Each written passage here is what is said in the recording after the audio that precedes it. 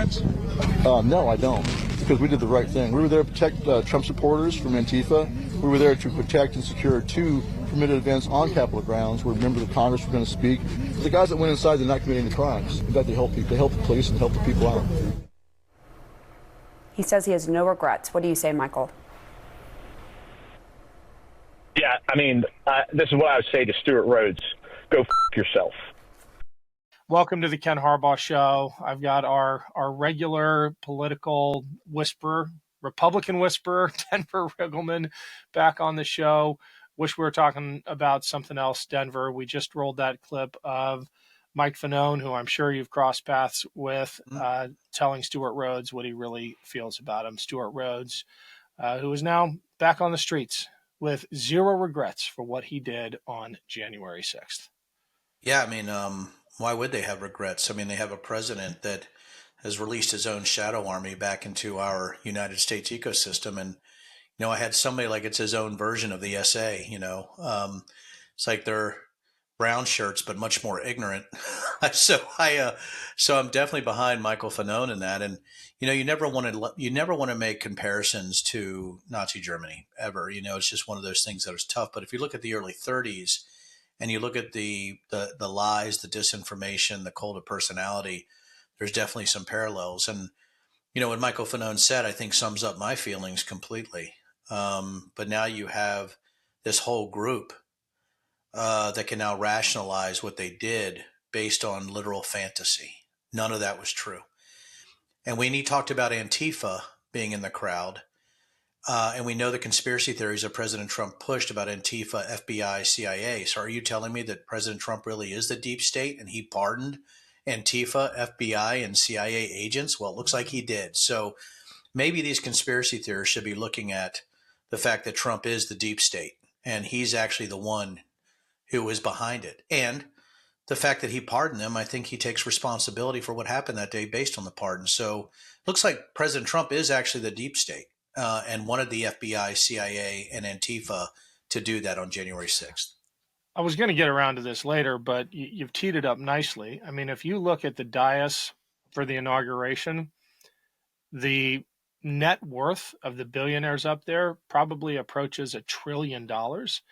If ever there were a deep state critique, it would be that picture, right? These are the individuals, just a handful of them, who are about to control how information is flowing across the internet. They have paid for every spot next to Donald Trump, in some cases hundreds of millions of dollars, and their net worth has grown commensurately with that investment. I mean, that's the deep state, right? Oh, it's billionaires doing rent seeking towards a president, right, who likes the authoritarians, you know, a lover of the Junger, right, Kim Jong, you know, Kim Jong Un, and a lover of Putin, and a lover of President Xi. I mean, this is who he is, and you know, it's funny. I hope people realize that me and you are combining tongue-in-cheek conspiracy theories and fact all in one statement here. I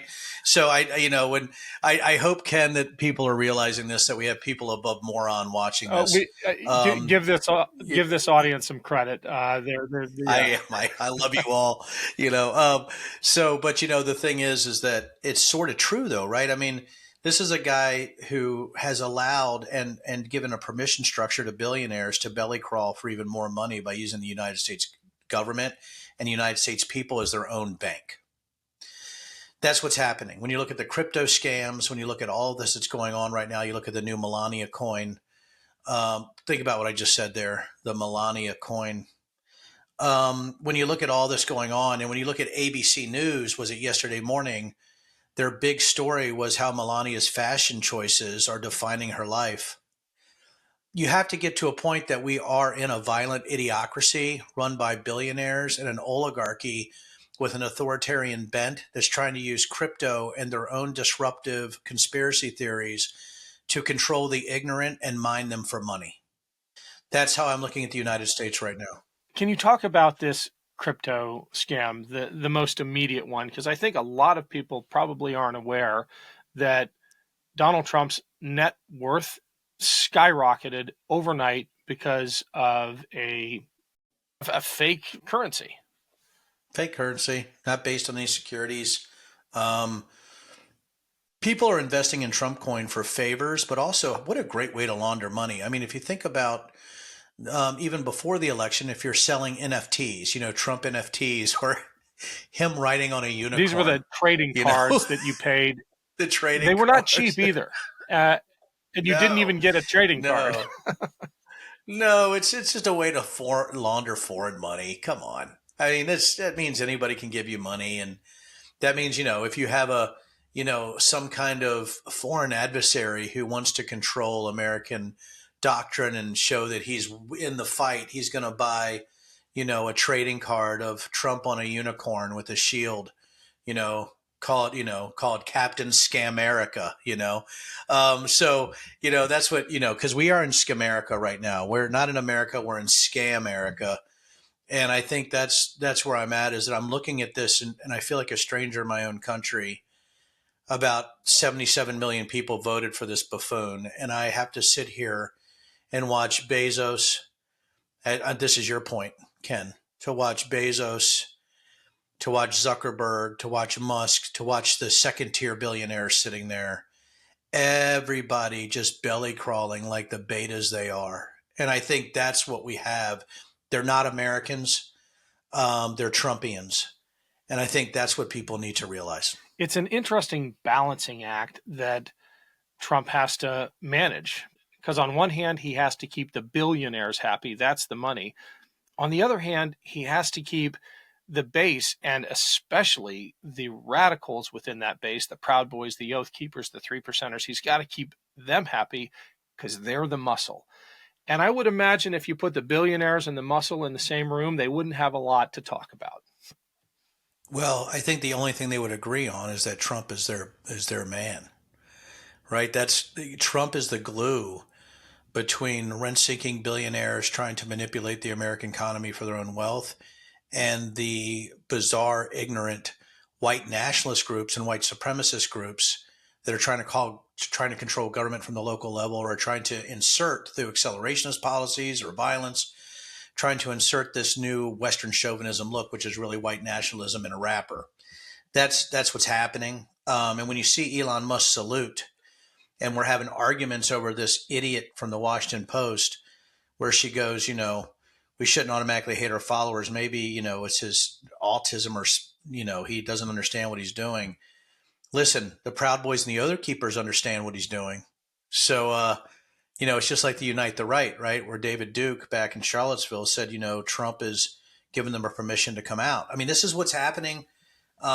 It's just really interesting that the media is failing us so much, traditional media, and they know they are, but they're looking for clicks over the American way. And again, I wish I could tell people I wasn't tired, but this has exhausted me. Looking at the last few days and what's happened since the inauguration. I think the conversation around Elon Musk's salute has been entirely misdirected towards his intentions, or his like awkwardness and affectations, and it should be on how the actual Nazis reacted, because that's the important thing. How was it received? How was it received? And if you're on the team that the Nazis are cheering for, actual Nazis in America are cheering for, if you're on the team that the alt-right has picked, then you're probably on the wrong team if you're a real, if you're a patriotic American. Well, I mean, this is a guy who came out in support of the German AfD, Ken. Come on. It's not like this is nuanced. Give me a frickin' break. And by the way, so are you telling me the technical genius of the world didn't realize what that would look like? So are you telling me he's so stupid that he didn't realize that would look like a Nazi salute? None of this meets the common sense meter for people like me and you that are above moron and people listening to this show.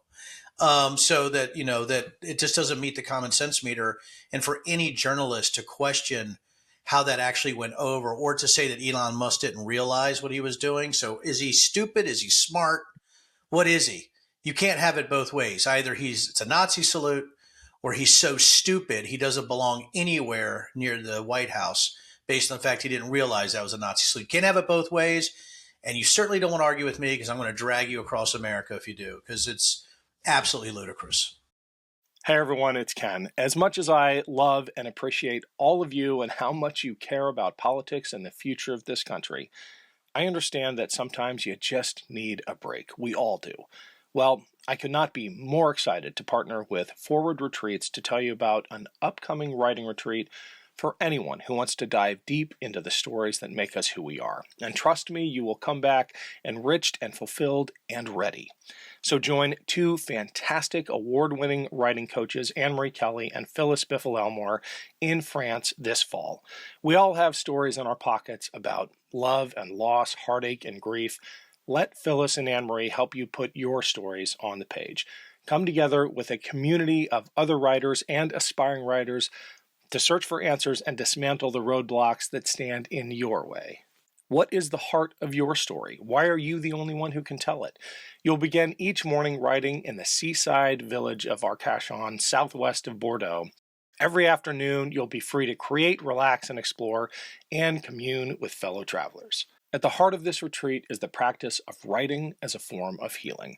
This once-in-a-lifetime retreat is for women of all ages and experiences who long to write achingly beautiful prose in a transcendently beautiful place. You can find out more at forwardretreats.com, and be sure to include the code 25AK for $900 off this amazing writing retreat. That's code 25AK for $900 off. If you've ever longed to put your story on paper and just needed the right excuse and the right coaches, join this amazing team in Seaside, France this summer. Click the link in the show notes to learn more. Thanks.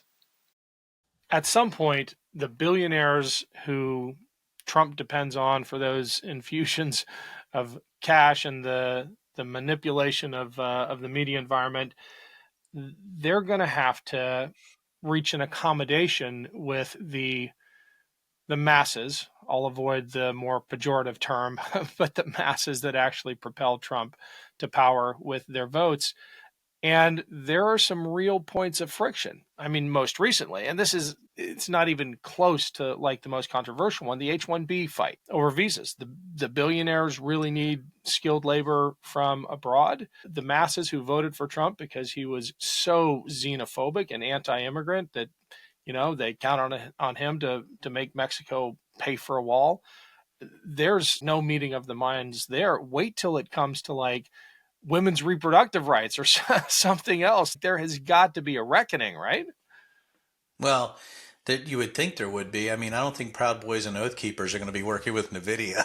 I don't think they're going to be buying DGX boxes, right? Or looking at the difference between H200 and B200 chips. I mean, it's just stunning to me that this coalition is together. But we've seen so much crazy, Ken. I can't underestimate Donald Trump and his ability to hold it together. Everybody said the honeymoon period's going to be over. It's not going to be long.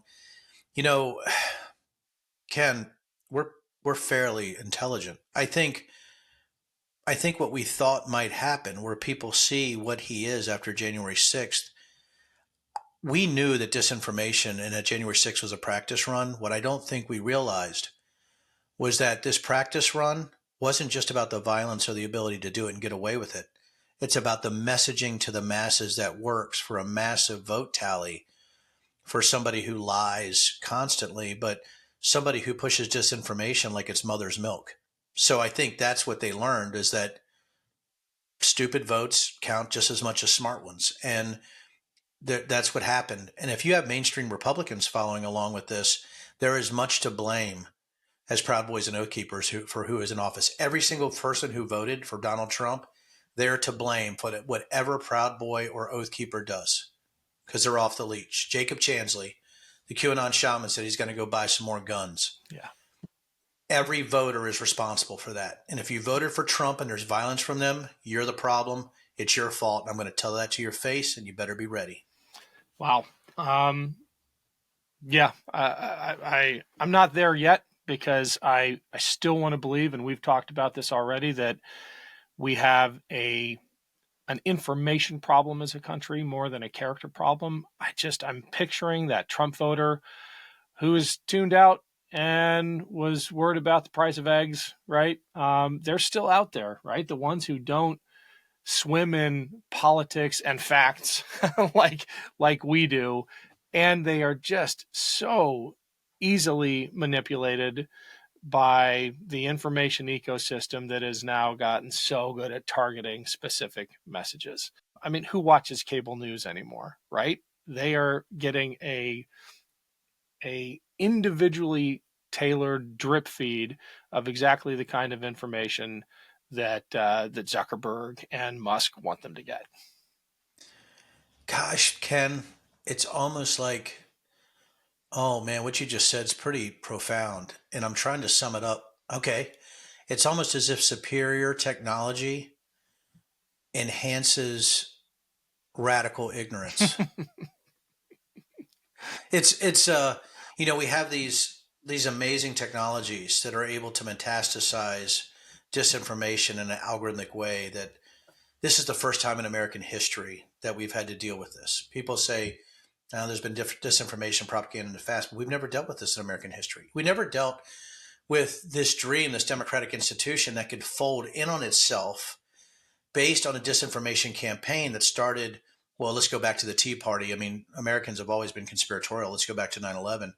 But this absolute fantasy, really, I do think 30 to 50 million Americans would believe that Brawndo does actually help crops grow, that they could use energy drinks on farm fields. I mean, we're in this kind of violent idiocracy where you have a person like Stuart Rhodes full circle saying that he was there to protect America from Antifa, which is so dumb, which is so ignorant.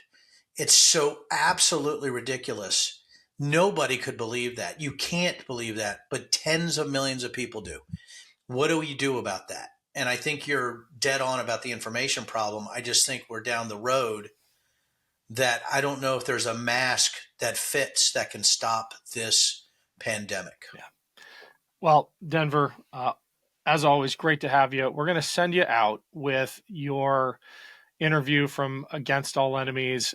It's hard for me to believe how long ago that was and how we've come full circle. I mean, we made that movie as, well, I was making it as sort of a historical record. I mean, as a warning, but I didn't want to forget the lessons of January 6th. As skeptical as I often am about the inherent strengths of American democracy, I did not think we'd be at a point where those guys are being pardoned, and more than pardoned, lionized. Here we are. We'll keep talking about it, Denver. I know you're not going anywhere. We're both in the fight. Come back soon. Here's Denver in Against All Enemies. Our group was the second group to enter Afghanistan. It's so enticing. You get to fight again, You're trained in certain things. You can see the battlefield better. If you believe the country's under attack, you have a certain set of skills that maybe you were trained with that you can help the group around you, right? You're a force multiplier.